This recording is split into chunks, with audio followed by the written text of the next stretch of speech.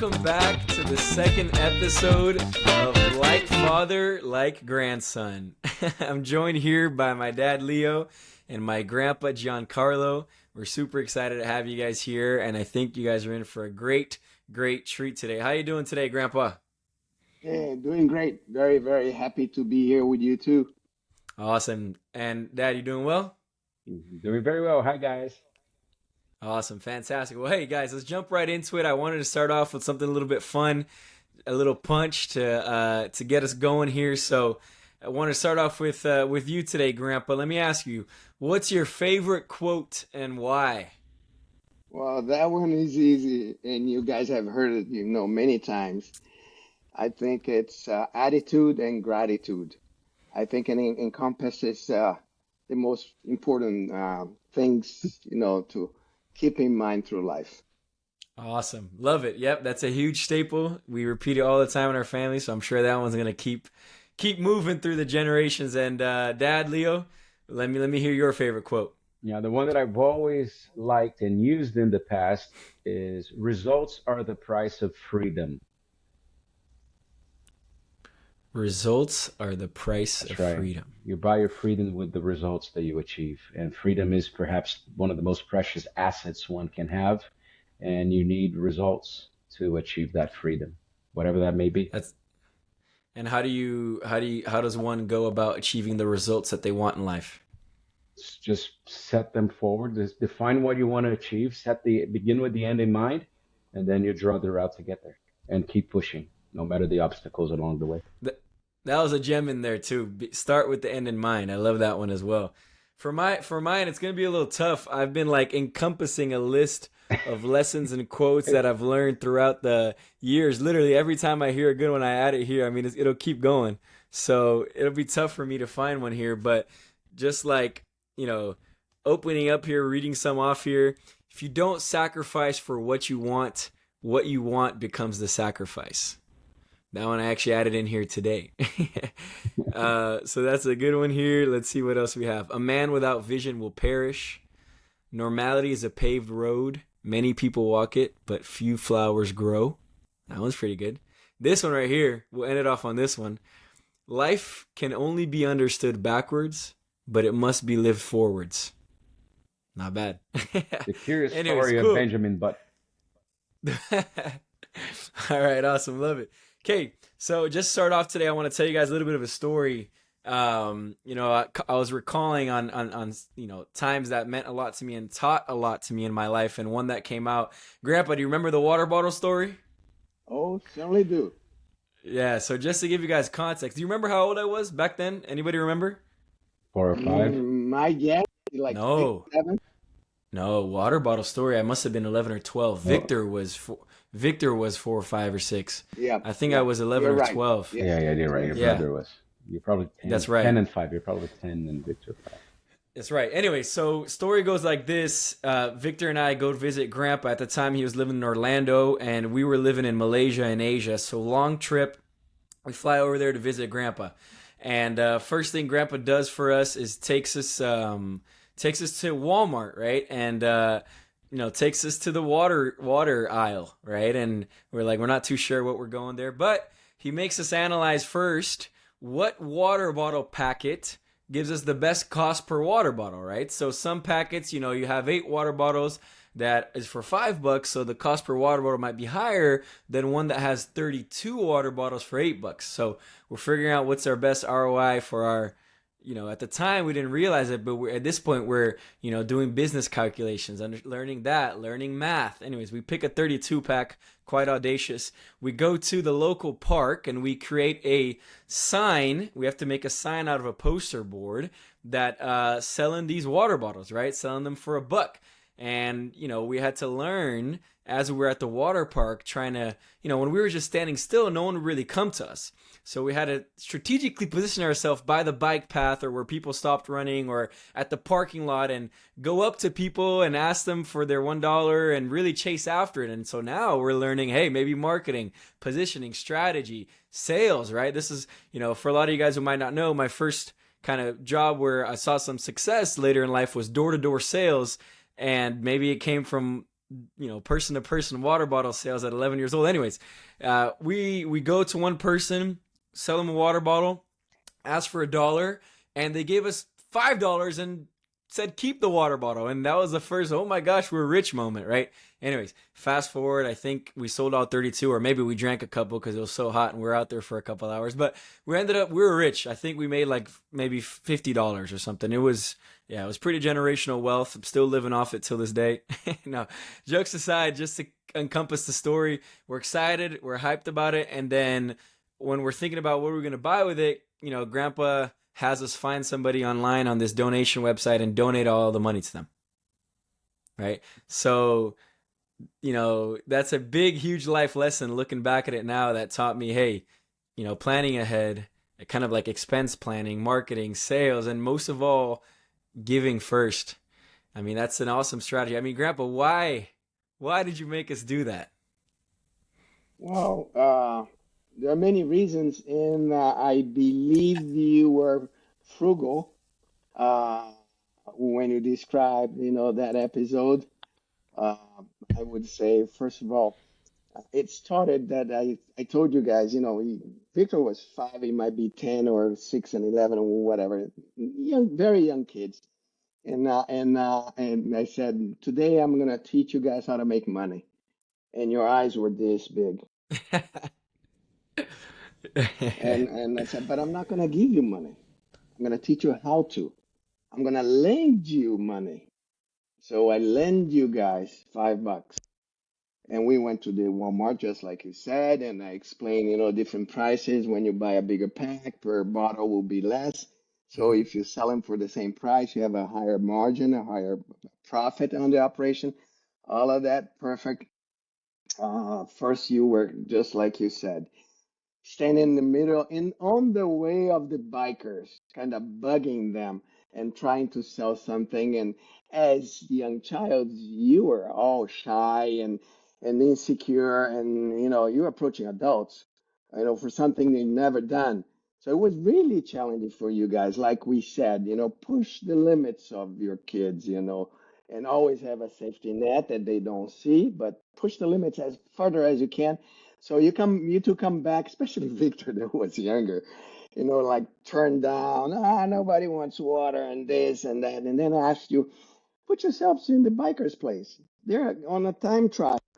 They're concentrating on not falling on the bike, and two kids are standing on the way, disturbing what they're doing. If you were on the bike, would you stop to buy water? And the two of you stopped and said, Aha hmm, moment. aha moment. So, what would be good for you, a biker, to have offered water?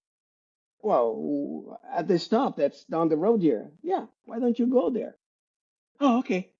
And then you two went there, and from a distance, and I let you go. I wasn't with you guys, so I didn't want to shadow you guys to really expose you to all the challenges, all the pressures of the situation. And all of a sudden, I hear, yoo-hoo! Because you guys sold the first bottle. And then you kept coming back to me to tell what was going on, like the guy. And then we also discussed, and that I want to place the merit back on you. I said, now, what's a smart way to help people with the money that you guys are making?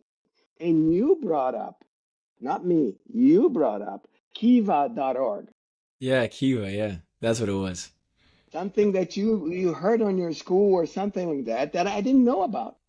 Hmm. And you can, if you want to just explain Kiva when I'm done, but anyhow, so and someone, and then you wrote a little cartoon saying, well, all the money is going to be used for Kiva and this and that and that and that. So people start just giving you money and saving the bottles to sell to somebody else, and you all got so excited.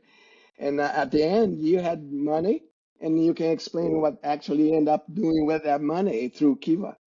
Yeah, that's right. This is why it's important we have these, because stories get distorted or lost kind of through translation. You know what I mean? Like for me, I would have almost played, you know, Division One soccer if I hadn't tore up my knee. But by the time it gets to my great grandson, it was like I was about to play for the national team, but I had. Anyways, so Kiva is kind of like a GoFundMe before GoFundMe, but specifically for people in like underprivileged areas or communities or poverty, and you can basically like see the person's story, and you can donate towards their cause, and then they'll like send you letters or stuff back. And I remember we chose, I forget who we chose, but I remember we shipped the money off to them, and it was a great fulfilling feeling. So I mean that was awesome.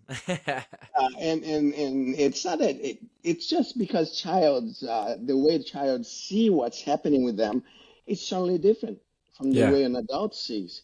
for So sure. actually, and you're right about Kiva. You chose a lady Mm-hmm. in Southeast Asia because you That's right. live there.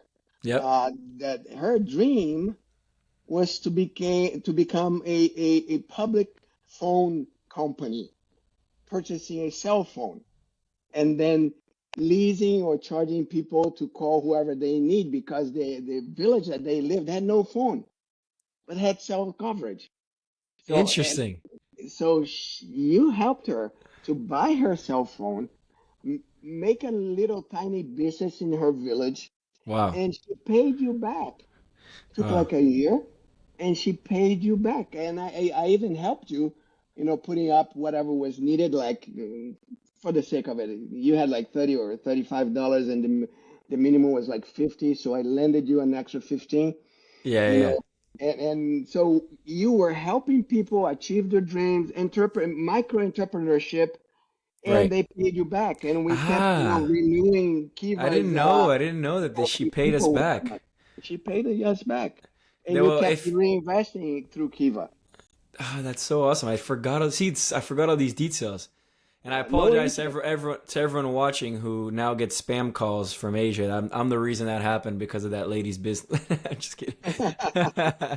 Oh, that's awesome. Well, that's a great story to start off on. I think it's interesting that you mentioned too Asia, Southeast Asia. And for those who don't know, my dad, started off like any kind of corporate trainee or starting off in a bank, HSBC in Brazil, and incredibly scaled up to becoming one, working internationally, became COO or CEO of some of the branches in Asia of QBE and other insurance companies and HBC as well. Anyways, I'm very proud to say that, he was an awesome leader, an awesome manager, an awesome, very successful tenure. So just to ask you that, I mean, obviously we were born in Brazil, then we moved to Mexico for your job, and then moved to Malaysia, across the world in Asia, where we lived there for, I mean, almost 10 years, 9.5 years.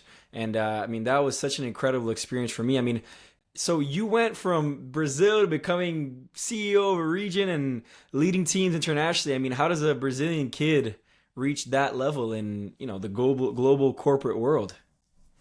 Well, we spoke about that on the last episode, right? You and in this episode, you merged the two. And what do I mean by that? I always had this ambition to be a international executive or to work international or to expand my geographical reach, whether it was, and we spoke about that last time, as a teenager, as exchange student, but also when I came back to Brazil, I wanted to work with something that would, open up my possibilities geographically. I didn't want to have to be confined to a geography per se.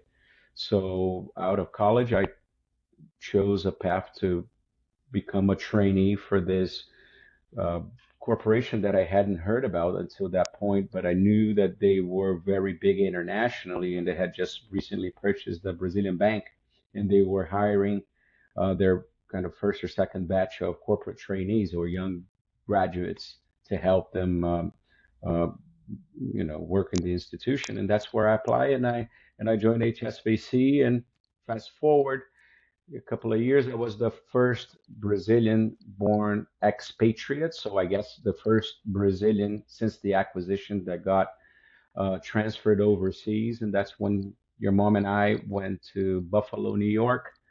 And then from there, I went back to Brazil and then to Mexico and then on to Asia, where our family lived for 9+ years, as you said. So it's a combination, again, similar to what we spoke before, right? What do you want? What is your objective? What's the end that you have in mind? And then what do you need to do to get there, right? Awesome. And that requires planning and execution and luck. Luckily, I was Hmm. able to have all three to deliver that. That's awesome. No, that's awesome to hear, especially because I mean, it's we can get such different perspectives of successes, from more kind of commission. For me, I work in sales, commission based as of right now. Grandpa entrepreneurial, building companies and businesses, and you reaching, certain pinnacles of the corporate world. So it's interesting to see how it all kind of intertwines in itself. I guess, Leo or Dad, I guess what's one of the thing that the corporate world taught you that maybe people might not be able to learn elsewhere, that people can take to apply to whatever else they're doing, whether it's within the corporate world, within business, within sales, or whatever they kind of do in life? I guess what's one of the things that stands out to you that the corporate world taught you? I'm sure I could list several, but one that comes to mind the moment you're saying is structure and discipline. Uh, all of the companies I work for are large public companies, and as companies become public and they become larger, they must have structure Mm-hmm. in order to allow them to scale, right? Mm-hmm. A business of any size, right, without structure and discipline and being uh, well organized, it's very hard to expand. So there are a lot of expectations around the structure and the discipline that one must follow to deliver his objectives. And now it's also, you need to be a little careful as not to allow that structure and discipline to become bureaucracy or shackles that prevent you from being creative and nimble, right? So it's always a dilemma between having the structure and the discipline that you're required to achieve sustainable results, but at the same time remaining nimble and unbureaucratic, not so that you don't stall or become stale. Nice. Very well said. Very well said. And as far as taking some of those concepts too, Grandpa, and applying them to more of your entrepreneurial route, right? Like, for those who don't know, Grandpa was one of a few men, three men who helped take McDonald's and Outback from America to Brazil.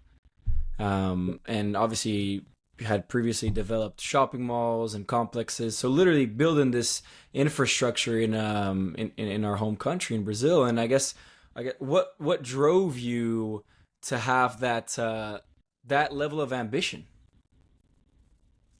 Well, I believe that the level of ambition comes from your formation years, from the way that you're raised and reason your father, your parents, brought you up through, being a child and adolescent and until you mature by the age that you are now. I truly believe that, by your age, you are who you are. You're not going to change much.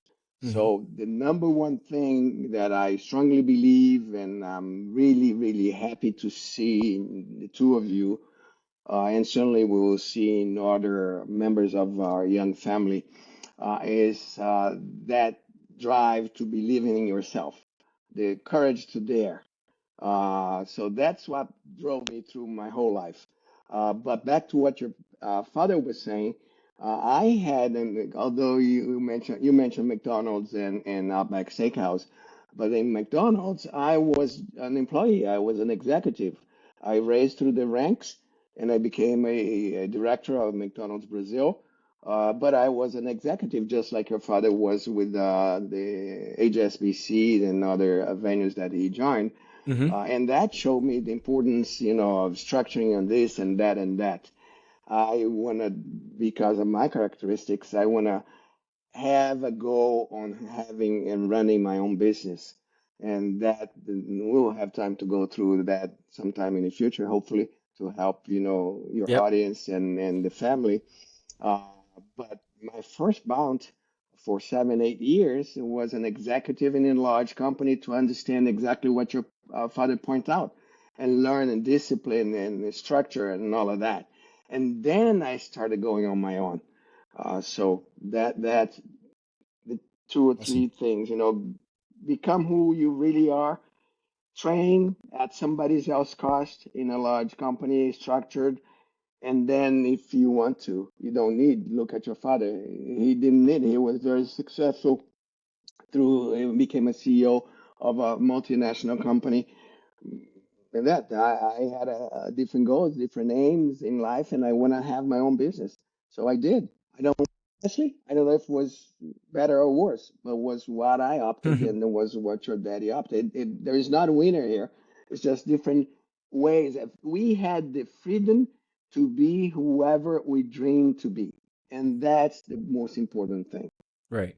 I agree. I think there's so many different avenues to success, and you can be successful in no matter what you choose. If if you outwork everybody else and you do more than other people around you are willing to do. So totally agree. Doesn't matter kind of what route you're going.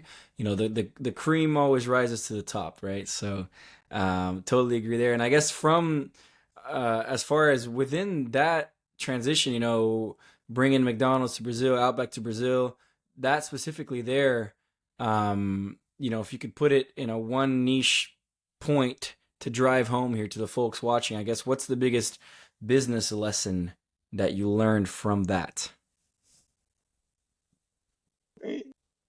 Dreams are doable. If you can Dream, dream it, you you can do can it. do it. Just, Awesome, beautiful. try always, always not to be better than anybody or better than your competition. Your most dangerous and important competition is your own self. So always, always, no matter if you have competition or not, always do the right thing. It doesn't matter if somebody watching you or not, do the right thing. Never allow you to do, what down deep inside you know is not the right thing to be done. Because we all know what's the right and what's wrong. Sometimes we blur because it's convenient. That's not the way the Zanolinis are. Created. Love it. 100%. No, I mean, and Dad, I really, really appreciate the way that we were able to live overseas. And, I went to an international school, although it was, American curriculum and foundation, which is why I speak English well. Being exposed to so many different cultures and so many different friends from different places, I mean, that helped me a ton, especially now, be able to connect with people and create with relationships with people from different countries and whatnot. And between that, we're blessed to be able to travel to so many different places. I guess, do you have a place on your bucket list, Leo, of where you want to go to, travel to, and why is it Montevideo, Uruguay in November? Because we need to finally get what should have been ours in 2021. Of course, we're referring to the Libertadores final Yes. that we're developing a little habit. Yeah. But Jokes aside, our favorite team is trying to get to a final in Uruguay. But anyway, but on the real though, I guess what is one place on your bucket list you want to travel to and why? For real. I want to go with your grandpa, you and your brother, in a tour around Italy, the four of us. Awesome. Awesome. I've never been. That's great. How about you, Grandpa? One bucket list place and why? You can't take his answer.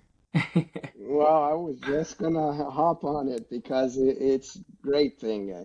I was able to trace back the family in Italy that my father and my grandfather left behind in 1948. I was able Hmm. to trace it back, and now they became family again. They came here to Miami area, spent time with us. I'm heading next month in a week. I'm heading out there to see them. So that's really something really good call from Leo. Um, most of where is with whom. I'm reaching that point in life that experiences are very important and people are very important. So my main goal is to mix people and experiences traveling. And to be honest, travel is secondary to with whom you're traveling and what you'll be doing. So I think maybe we go somewhere else besides going to Italy with the family. We might go whatever the family would like to be together and make dreams come true. Maybe, just so following what you're doing here, Rafa, maybe sometime we go with the family where I first came to the United States. in New Haven, Connecticut, for instance, where Mm-hmm. all the roots, and I got the bug and my love for the United States. So that might Right. be something really nice to bring the family, and you all have the opportunity to experience and understand where these beautiful dreams are coming through our three generations begun in 1970. Awesome. And then we do a Beautiful. road trip. We drive west, stop in Buffalo, then head southwest, stop in Girard, Ohio. Well, now I feel bad for having my answer be Ibiza, Spain. No, just kidding. Just totally kidding. I think mine was actually going to be Italy as well. I really want to go see, obviously, where we're from, Milan, as well as I've never been to Italy. I want to go to Rome, see ancient Rome, and I also really, really want to go to like Lake Como, Lake Como. So, hopefully we'll do a podcast from Lake Como. That'll be, Curiosity, yeah. curiosity, Rafa, why Lake Como? I just think it looks so beautiful from the pictures I've seen. I had friends who went there recently, and it looked like those hotels on the mountainside looking over the water. To me, it looks maybe it's just me seeing it from social media, but I've always wanted to go there. But I figured you go to Italy, you kind of got to hit all the different places, right? You got to hit Rome, you got to hit Milan. So that's what I want Just to to do. just to spice your choice, Lake Como was a summer vacations of my father, your great Really? grandfather. There you So go. summertime they would go there and they would roll through Lake Como. Hey, so it's probably in my blood. I didn't even know it. So Lake Como, calling my name. Katie, if you're watching this, take you there soon, buddy. All Mm. right, beautiful guys, awesome. Um, that's really it here for today. What we're gonna end it off on is a fun little question here. Grandpa, if what year in your life would you go back and relive? Not to change anything, just to feel it again. 1970. That's when I came to the States. That was the spark that started everything.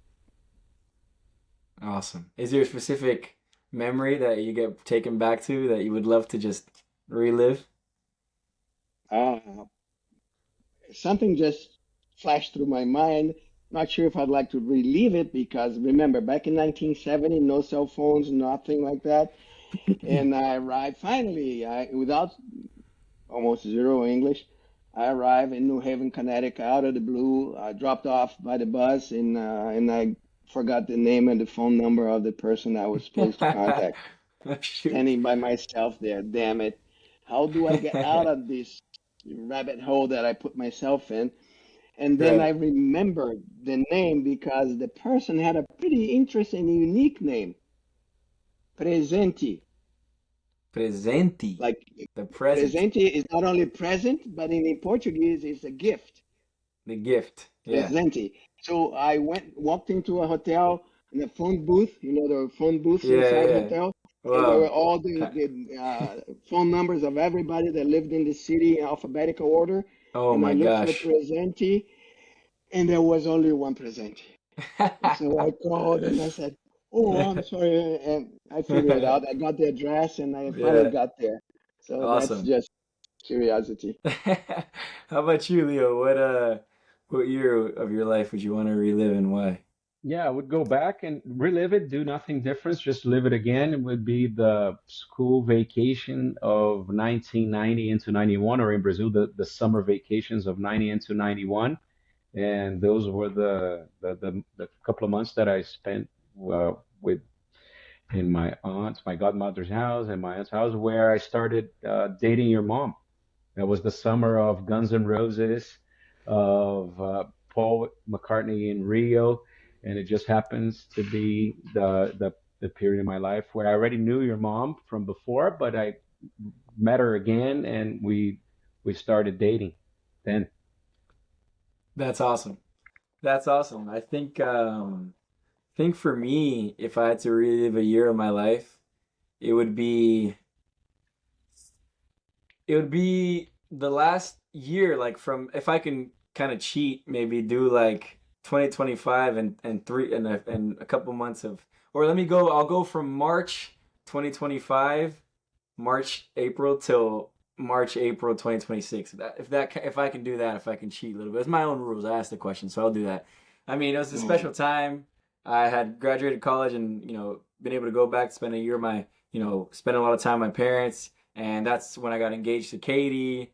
And I, played in a soccer team where my dad was coaching and me and my brother played together. My brother was the keeper. Um, Within that time, went through the whole marriage preparation process, wedding preparation, got married this past March, best day of my life, and had our honeymoon in Brazil. So it's gonna be hard to beat that 1 year or so stretch. I'm not gonna lie. So that would for sure be mine. Great. Yes, awesome. Well, hey, we loved having you guys here on the Like Father, Like Grandson podcast, newly coined, and we'll have to see you again here next week or the week after. So follow, like, subscribe, and share, and hopefully we can pass these values on not only to our future generations, but for your future generations as well. And this is Rafa, Leo, and Giancarlo signing out. Ciao, ciao. Bye.